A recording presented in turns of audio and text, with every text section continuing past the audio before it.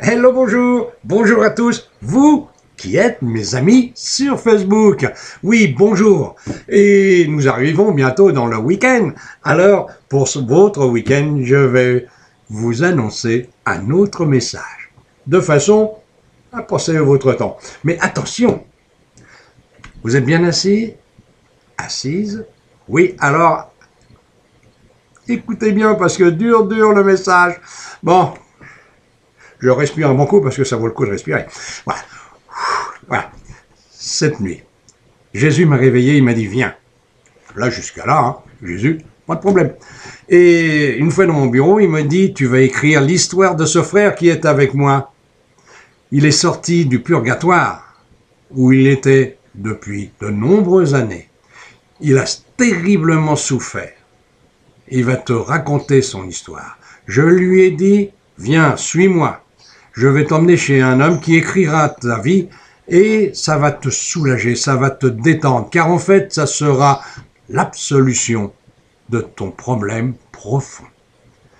Et voilà, c'est ainsi que je suis maintenant dans le bureau avec ce frère. Et écoutez ce qu'il m'a raconté. Terrible histoire. Il dit, j'étais médecin à l'époque et je vivais en Allemagne avec ma famille. Tout allait bien. C'était super.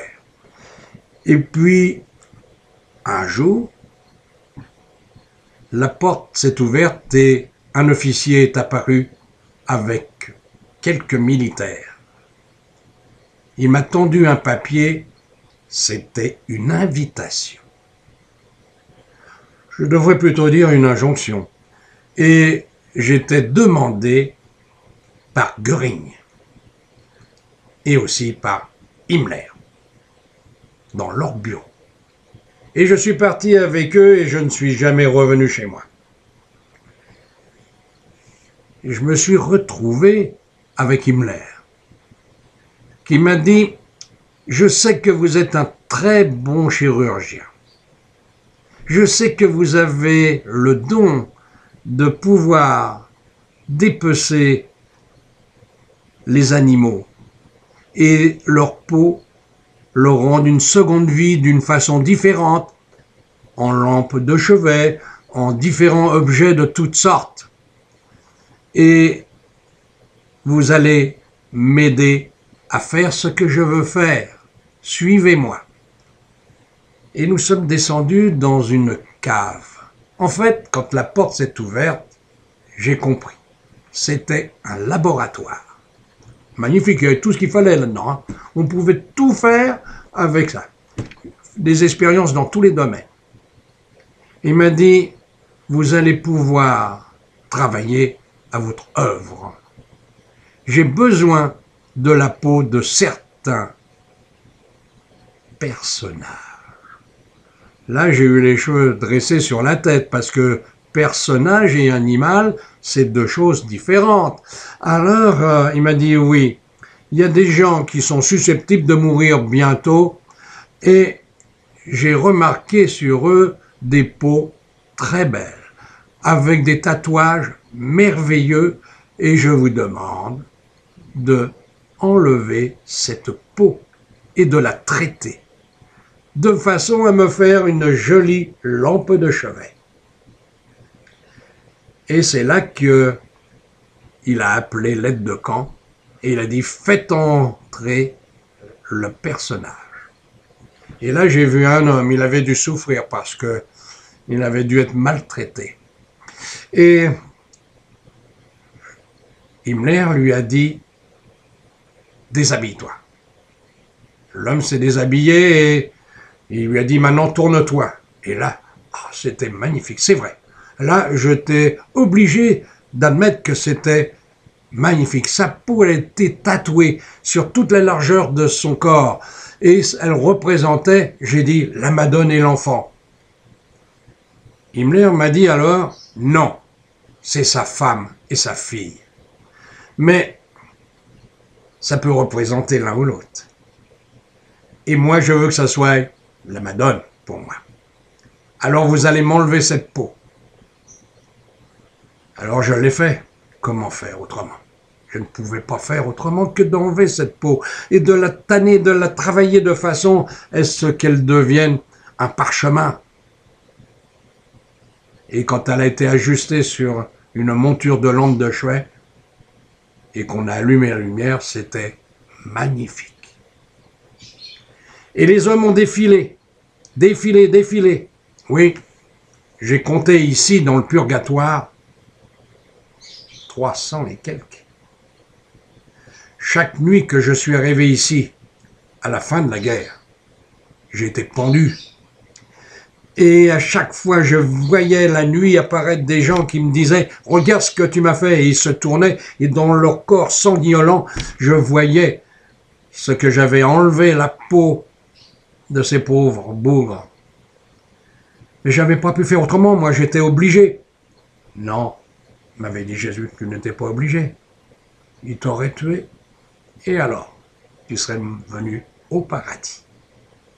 Alors que là, tu as été au purgatoire. La différence est énorme. Parce qu'ensuite, il faudra revenir sur la terre. Et je les ai vus défiler sans arrêt, sans arrêt. Je poussais des hurlements de les voir comme ça, arriver à chaque fois. Eux m'ont pardonné. Et un jour, je suis sorti, enfin, il n'y a pas longtemps, là, quelques heures. Je suis épuisé. Mon guide m'a dit, on va aller ensuite dans une planète, te recharger, te ressourcer. Et tu apprendras par la suite sur d'autres planètes ce que tu as oublié pendant 50 ans. Et les 50 ans de ta vie, mais 50 ans aussi ensuite où tu étais au purgatoire. C'est ce que nous allons faire maintenant. Là, je vais te quitter, mais auparavant, je vais demander pardon à tous ces gens, par toi, à travers toi, car il m'a dit, Jésus, que tu allais écrire mon histoire et la diffuser. C'est atroce, je sais, pour celui qui va l'écouter ou la lire, mais c'est ma vie. J'ai payé pour cela, et je paierai encore par un karma, car il me faudra revenir. Mais là, j'ai vu, en quelques instants, j'ai vu tous les officiers de cette époque, des soldats de cette époque qui étaient dans le même système que moi, des tortionnaires. Je les ai vus, il y en a beaucoup dans réincarnés.